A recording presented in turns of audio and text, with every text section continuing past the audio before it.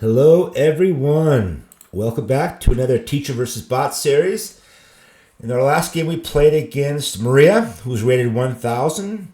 Today we're going to go up 300 points. We're going to play a 1300 rated bot. So let's go to play bots. And we are on the intermediate section. So our last game was against Maria. And we're going to go, let's go 1300. Let's play against Nelson. And we'll click on Nelson. We'll click play. All right, so what I've heard about Nelson is that the Nelson bot loves to bring its queen out early and often. So we're going to, and you notice Nelson played a pawn move here to get this queen out. I have a feeling that the queen's going to come out very soon. Okay, so let's do the three golden rules. One pawn in the center. We want to control the center, and the queen came out.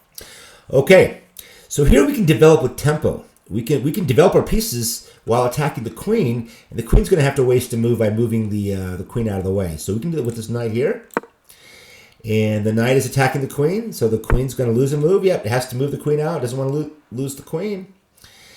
And let's continue with golden rule number 2, knights and bishops out. I think we can develop another pawn and attack this queen at the same time. So we can get a second pawn in the center to gain even more control over the center and attack the queen at the same time, which means the queen's going to have to move again. Let's do that. Pawn to d5. And yeah, the queen's going to have to move again. Now, we can win material. This pawn is being attacked by two pieces, the knight and the pawn. And, you know, I don't like to go after pawns when I have not completed the three golden rules because we want our pieces to get developed. But in this case, I'm going to do it because we'll have nice control over the center if this pawn is gone. These two pawns will be very strong. So let's do that. And I don't want to capture the pawn because I don't want to fracture our pawn structure. I don't want double pawns. I want central pawns here connected. And so we're going to capture with the knight. And you notice the queen cannot capture this pawn here because it's protected. It's protected by the queen. So that pawn's protected. Okay, so Nelson is just moving his queen all over the place while neglecting its golden rules. No pawn in the center. Look at all four. Both bishops and knights are not developed. King is not castled. And yeah, it looks nice that the queen has a check, but it's just a check. And we can easily block that check. And this queen is moving many times. And so we have a lead in development. We're going to continue with our three golden rules. Now, we do have to be careful here because this pawn here is not protected. Even though right now it is blocked by the knight, so it's okay. But if Nelson plays a pawn here to attack our knight, we're going to have to move our knight somewhere. And then this queen is going to be able to capture this pawn with check. So we don't want that. We want to protect this pawn. And let's do it while developing a piece at the same time. So what piece can we move that will develop one of our bishops and knights and protect this pawn at the same time? Yeah, we have a couple options. We can move our knight here, or we can move our bishop here. Both of those moves will protect this pawn. I think I like the bishop playing to d6 better because if we play our knight here, which piece are we blocking? We're blocking our bishop on c8, and we want our bishop to get out too. So let's go ahead and play bishop to d6. And now if Nelson played pawn here, we can move our knight, and this pawn will be protected, so the queen will probably not capture our protected pawn. Okay, so Nelson is still, look at all this development Nelson is neglecting. All right, let's castle. Let's do golden rule number 3, and then we'll finish up with golden rule number 2, getting our pieces developed. All of our pieces developed. Okay, so there is a pawn here, but you know what? Let's just work on our development. Okay. We'll finish that. And Nelson is attacking our knight. That's fine. We'll go ahead and just capture it. We'll trade knights. Doubling the pawns here.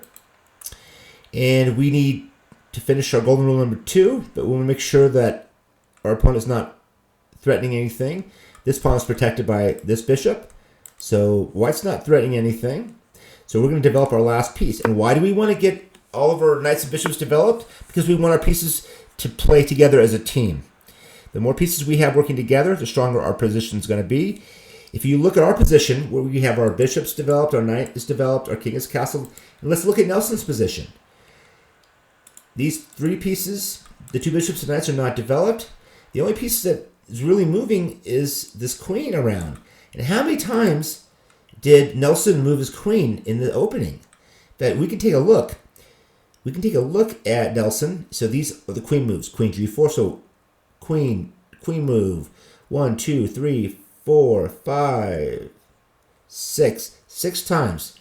Nelson moved its queen 6 times while not finishing its golden rule number 2, developing its knights and bishops. So Nelson wasted a lot of time. And time is an important component in chess. You don't want to waste time. Okay, so we have a nice control of the center. Our pieces are developed. Let's grab some space. Here we go. Getting our rook a little more active here on this file.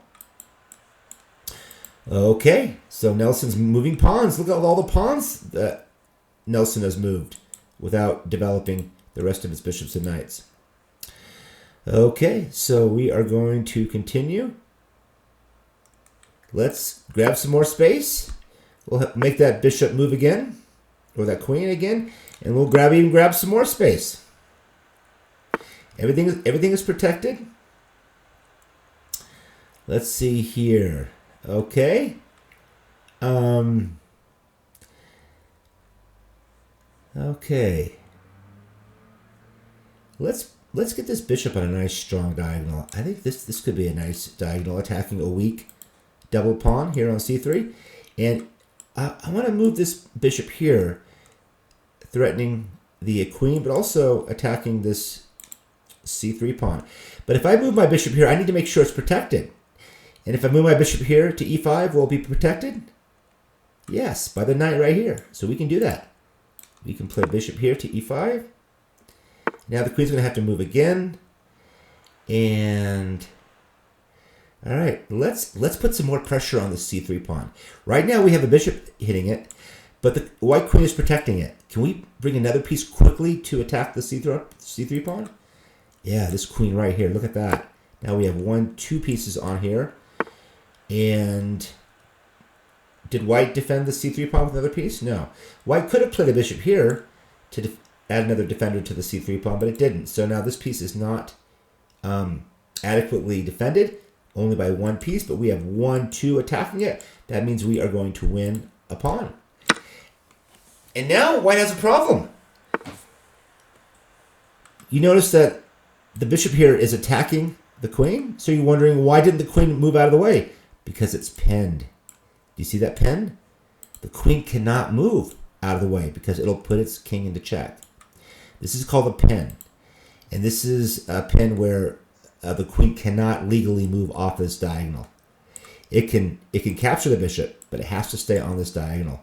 Otherwise, its own king will be in check. So we can win a whole queen. Should we capture it?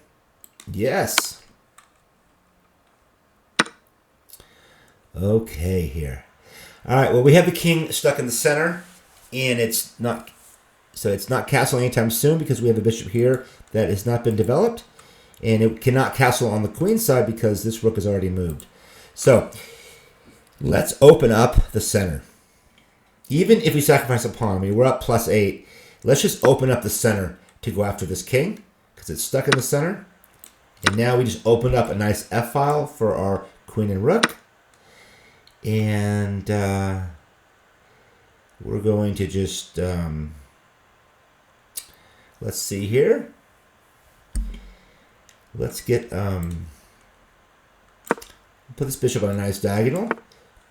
And let's get See this nice open file? We have a rook on this F file with the queen. Let's get another rook on this open E file to add even more pressure to the white king. But first, let's make sure, is white threatening anything? Is this knight threatening anything? No. No, this pawn is protected. So the white knight's not threatening anything. This bishop's not threatening anything. It is hitting this pawn here, but if we move our rook here, this bishop will be pinned. It will not be able to capture the pawn because it will put its own king to check. So let's get our other rook active on a nice open file. We want to build pressure on the king. Okay. So here we have the king is stuck in the center. We have control over two nice open files, the F file and the E file. Our bishop is active. Our queen is active. This knight can jump in quickly and get active as well. And let's see here. We have a tactic where we can bring the king out into the middle of the board with these heavy pieces still on the board. And we'll also, well, actually, we can win both of these pieces here with the cost of one rook. A rook is worth 5. Knights and bishop, they're both worth 3. So what we can do is we can capture this bishop. And what it's going to do is, and let's go back here. The white king did not capture because you know why? Because then we'll capture it with this queen. And this queen is just going to be stuck in the center in a lot of trouble here. So Nelson decided not to take that rook. So let's go ahead and continue. All right. Let's just remove defenders of the king, even though it's a slight loss of material. For us, it's okay because we're up a ton of material and the king is stuck in the center. So let's go ahead and let's now get our knight involved. Okay, is white threatening anything? Yes. White is threatening our queen. So we need to deal with that. Why don't we deal with that by grabbing here a pawn. This pawn is not protected.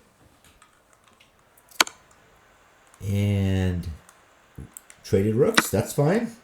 We're up a lot of material. So if we trade down into an endgame, that'll be good for us. All right, the king is trying to escape here. But we just have too much material here. Okay, let's just remove a defender of the king and get to a winning endgame here. Okay, why don't we put this king into check? And let's see here. All right, we will continue to go after the king. Okay, and so we have bishop and a queen versus a king and a rook. So that's plenty of material to get a checkmate. All right, the king moves here. We can move our bishop here for another check on the king. So we'll bring this bishop in to, and we don't need, yes, the rook is threatening to capture our queen, but the king will have to respond to the check first. So we have time. Put the king in check. The king must respond to the check. And Nelson decided to block the check. But the problem with that is we have, how many pieces do we have attacking this rook? We have 2. And white only has 1 defender. So that means we can get this this rook for free. And Nelson only has 1 move. King to A1. And now we have a checkmate in 1. Do you see it? The bishop's going to be the helper. It's going to protect the queen, the chaser.